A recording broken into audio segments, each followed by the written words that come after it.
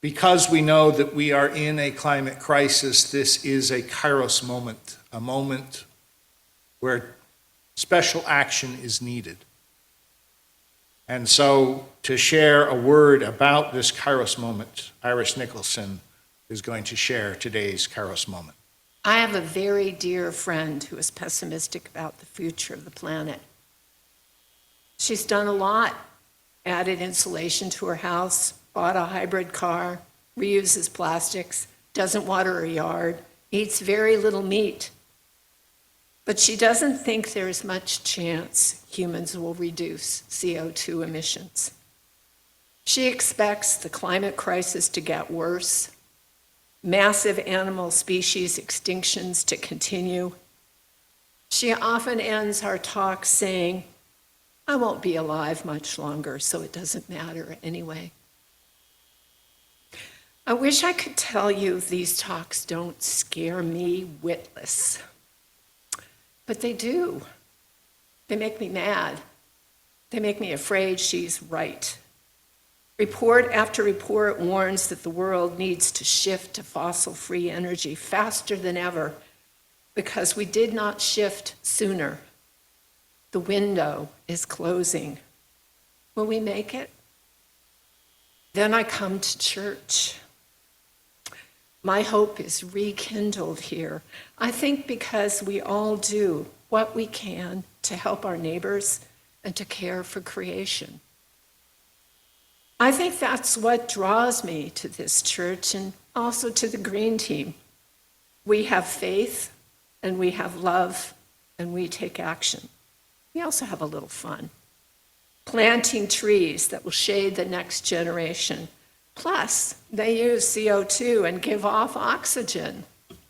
Then there's arranging for people who don't yet have houses to use our parking lot and sleep safely in their cars until that brighter future arrives.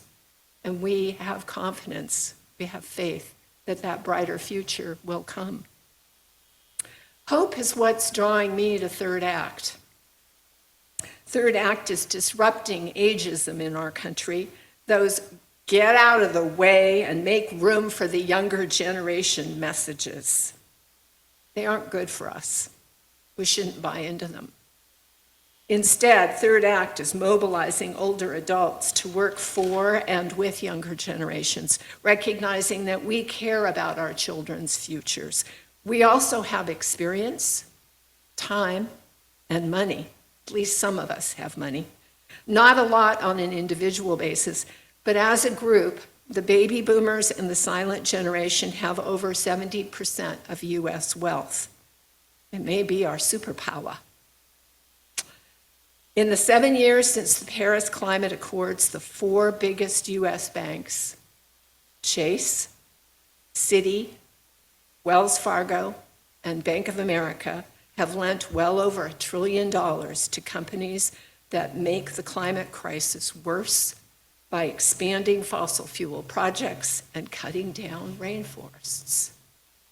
Third Act is building hope by supporting small groups of older adults all over the country to take action locally. For me, it's a pledge to cut up my Chase credit card despite all those travel points.